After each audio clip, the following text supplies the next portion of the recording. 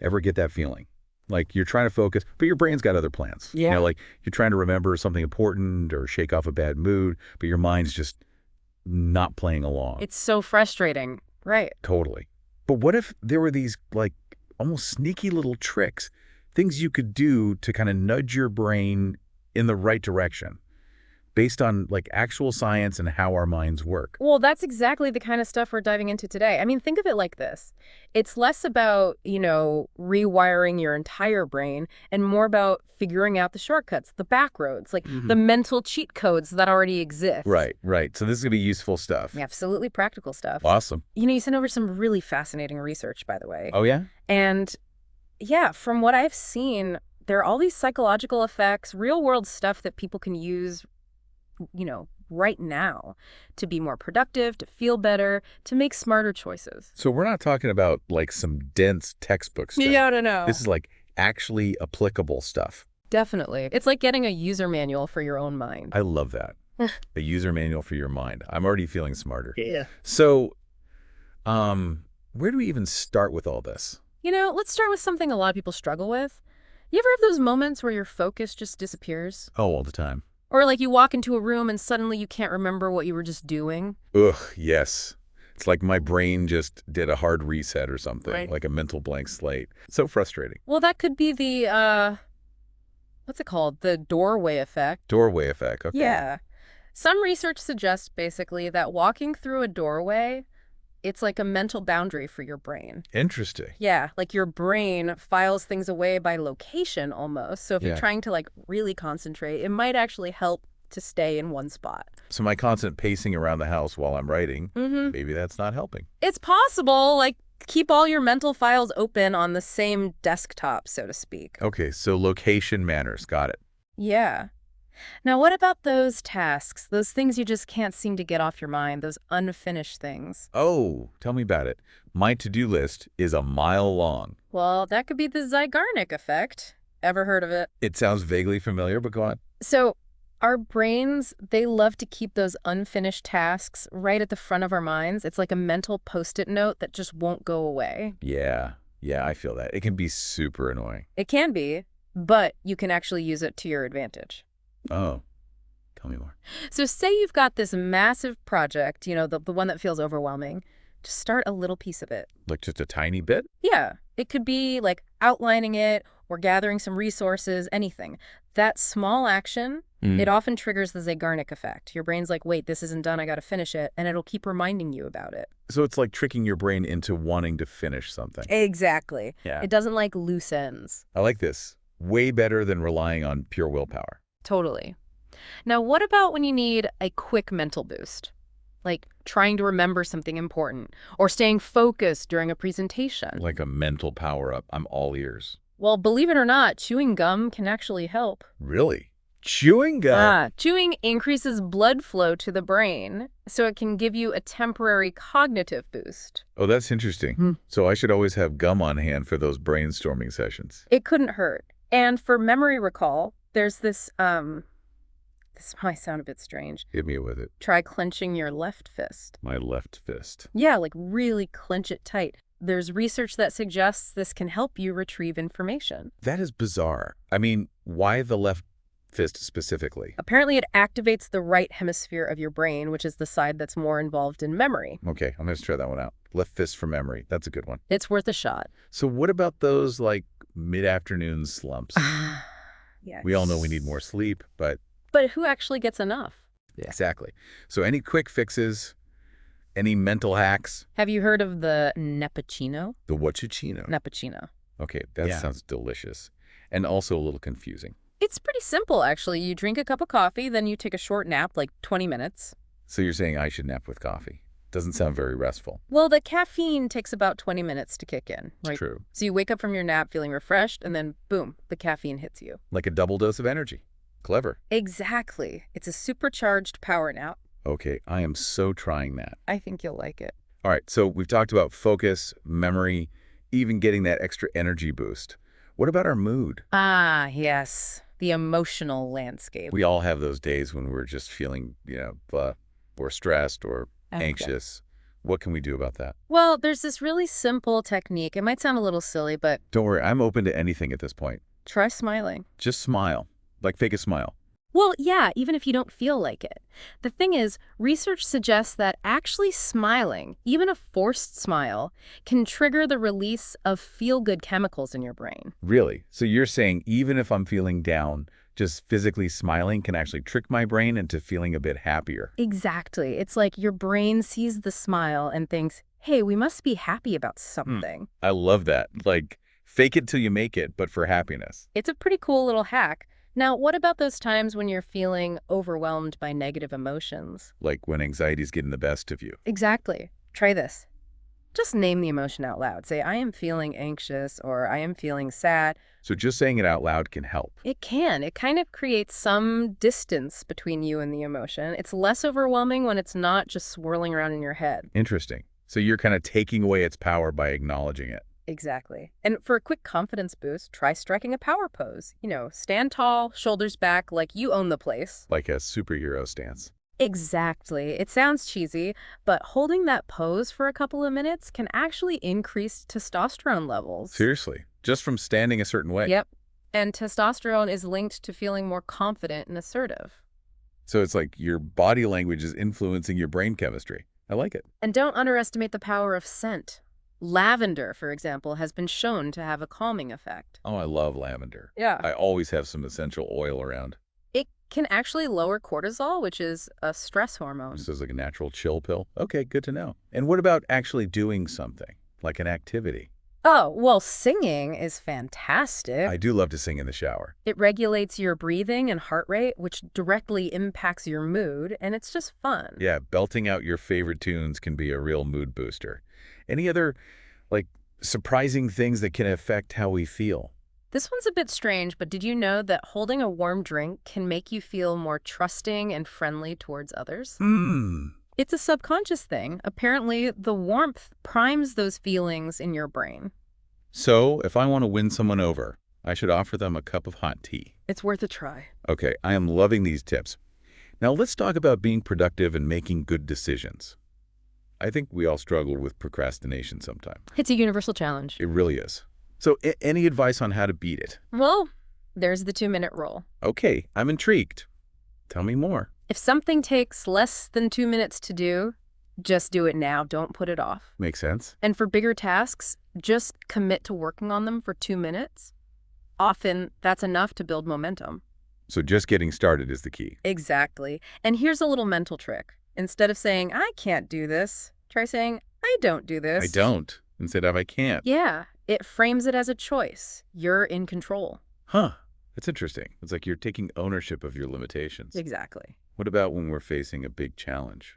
Or a fear we need to overcome? This might sound counterintuitive, but try visualizing yourself failing. Wait, really? I thought we were supposed to visualize success. Well, thinking through potential pitfalls actually prepares you better than just focusing on the positive. It's like you're anticipating the obstacle, so you're not caught off guard. Exactly. Now, when anxiety hits, try counting backward from 100. Just counting. That seems too simple. It's a distraction technique. It interrupts those anxious thought patterns. It's like a mental reset button. And write your fears down. It sounds silly, but... No, I get it. It's like you're getting them out of your head and onto paper. Yeah, it makes them feel more manageable. Okay, so we've tackled fear, anxiety, even procrastination. What about those times when we want to make a good impression or communicate more effectively? Well, there's a simple technique. Before responding in a conversation, pause for 10 seconds. 10 seconds. That seems like a long time. It's not as long as it feels. It makes you seem more thoughtful, more wise. It's like you've really considered what the other person said. And in situations where you need to be persuasive, remember the anchoring effect. The anchoring effect. Remind me what that is again. It's basically the idea that the first piece of information you get really influences how you judge everything else. So, like, the first price you see for something sets your expectations. Exactly. So if you're negotiating, your opening offer is crucial. It sets the anchor. That's why they say start high. Yep. Now, have you ever noticed how, sometimes you get overwhelmed by having too many choices? Oh, absolutely. Like at a restaurant with a giant menu. Yeah, that's the paradox of choice. We think more options are better, but it can lead to decision paralysis. So sometimes having fewer options is actually better. It can be. It leads to clearer decisions and often more satisfaction. Less is more. Okay, noted. And be aware of the contrast effect. Like, if you see a super expensive item, then a moderately priced one, that second one seems like a bargain. Even if it's still more than you wanted to spend. Exactly. Your perception is skewed. And then there's the decoy effect. Like when there's a third option that's deliberately less appealing. So it makes the other two options seem better. Exactly. It's a sneaky little marketing trick. Fascinating. I'm going to be looking for these effects everywhere now. You'll start seeing them everywhere. Okay, let's talk social dynamics. How do all these psychological effects play out in how we interact with other people? Well, there's the mere exposure effect. Basically, the more we're exposed to something, the more we like it. So if I want someone to like me, I should just hang around them a lot. It's not quite that simple, but repeated exposure does increase familiarity and liking. And what about when you're feeling self-conscious? Remember the spotlight effect. We tend to think everyone's noticing our flaws, but they're usually not.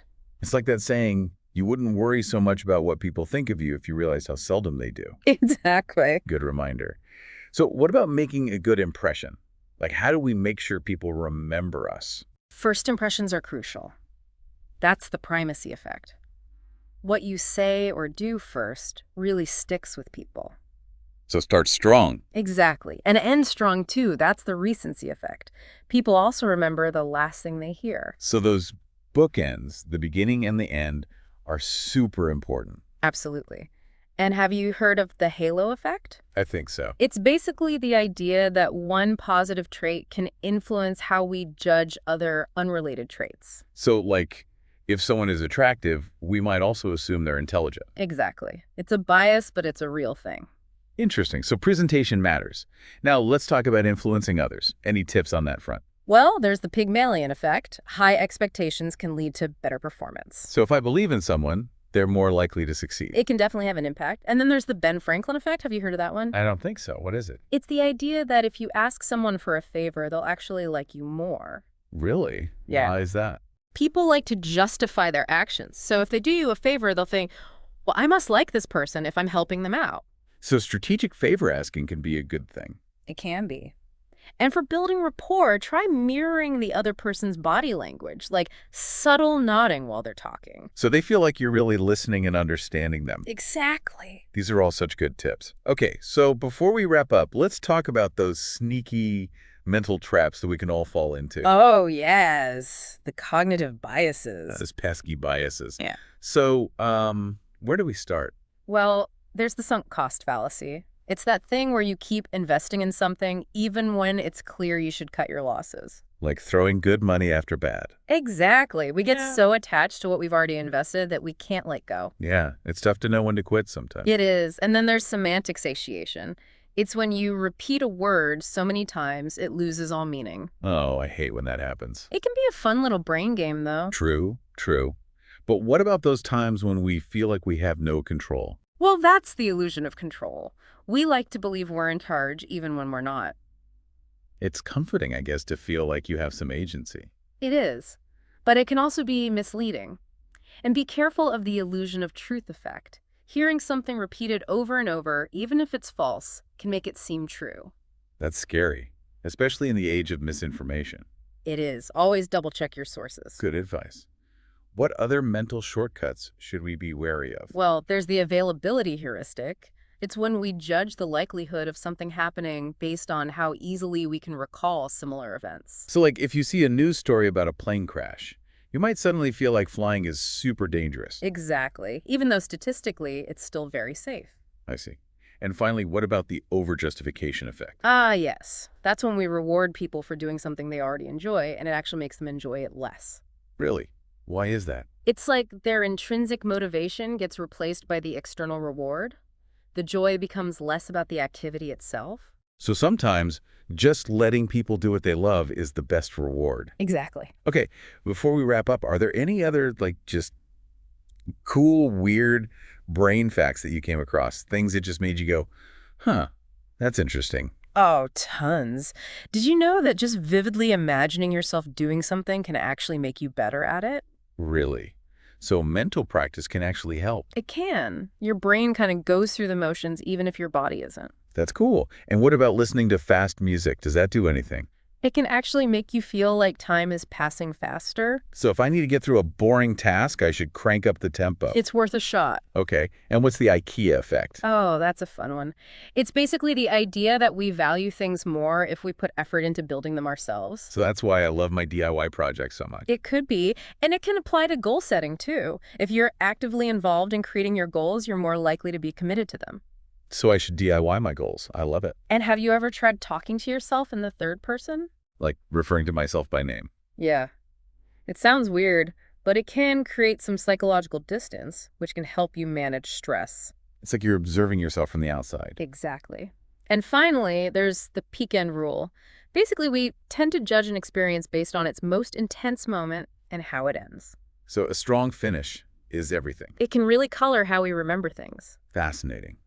And any quick mental resets, like when you just need to clear your head.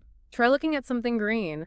Apparently, it soothes the visual cortex and can reduce mental fatigue. So I need more plants in my office. It couldn't hurt. Awesome. This has been such a mind-blowing deep dive. I've learned so much. So for our listeners, let's recap some key takeaways. Remember that feeling of being stuck on a task. Try the Zeigarnik effect. Just start a tiny part of it, and your brain will want to see it through. It's a great way to trick yourself into being productive. And if you're feeling self-conscious in social situations, remember the spotlight effect.